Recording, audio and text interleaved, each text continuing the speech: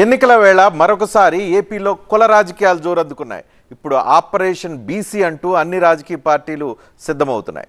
Majority వర్గాలైన ఈ బీసీలకు దగ్గరయ్యేందుకు ఇప్పుడు అధికార విపక్షాలు తమదైన శైలిలో వ్యూహాలు చేస్తున్నాయి. బీసీ హక్కులను కాపాడేందుకు రక్షణ చట్టం తీసుకొస్తామని టీడీపీ అంటే 5 ఏళ్లలో పథకాలతో పాటు రాజ్యాధికారంలో భాగస్వామ్యం ఇచ్చామంటోంది అధికార పార్టీ వైసీపీ. ఇంతకీ బీసీలు ఎన్నికల్లో ఏ పార్టీకి వెన్నెముక మారబోతున్నారు?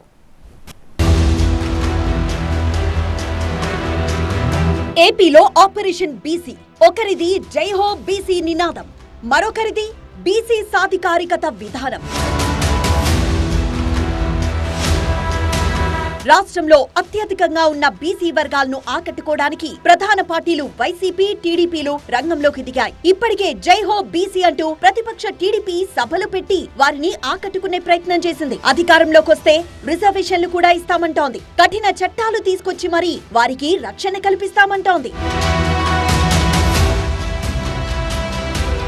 ఇటుగా వైసీపీ కూడా ఆపరేషన్ బీసీలో భాగంగా సభలు, సమావేశాలతో వారికి చేరువవుతోంది. ఇటీవలే విజయవాడలో 139 బీసీ కుల సంఘాలతో సమావేశం ఏర్పాటు చేశారు. ఇటీవలే జరిగిన సిద్ధం సభల్లో కూడా బీసీ వర్గాలే అత్యధికంగా హాజరయ్యారంటోంది వైసీపీ.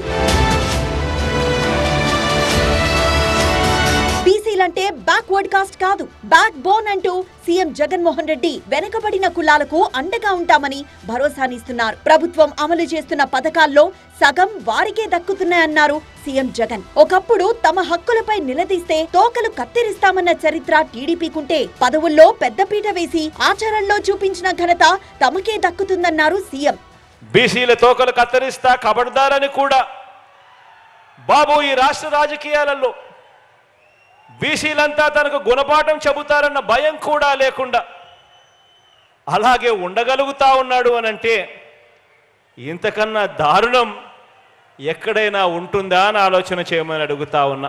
ఇటీవలే వైసీపీ పలు జిల్లాల్లో ప్రకటించిన అభ్యర్థుల విషయంలోనూ బీసీలకు ప్రాధాన్యతనిస్తోంది. అగ్రవర్ణాలకు చెందిన అభ్యర్థులను మార్చి మరీ వెనకబడ్డ వర్గాలకు కేటాయించడం ద్వారా ఓటు బ్యాంకు సుస్థిరం చేసుకునే ప్రయత్నం చేస్తోంది వైసీపీ. మరి ఆపరేషన్ బీసీ చేపట్టిన వైసీపీకి బ్యాక్వర్డ్ కాస్ట్ బ్యాక్ బోన్ గా ఉంటారా?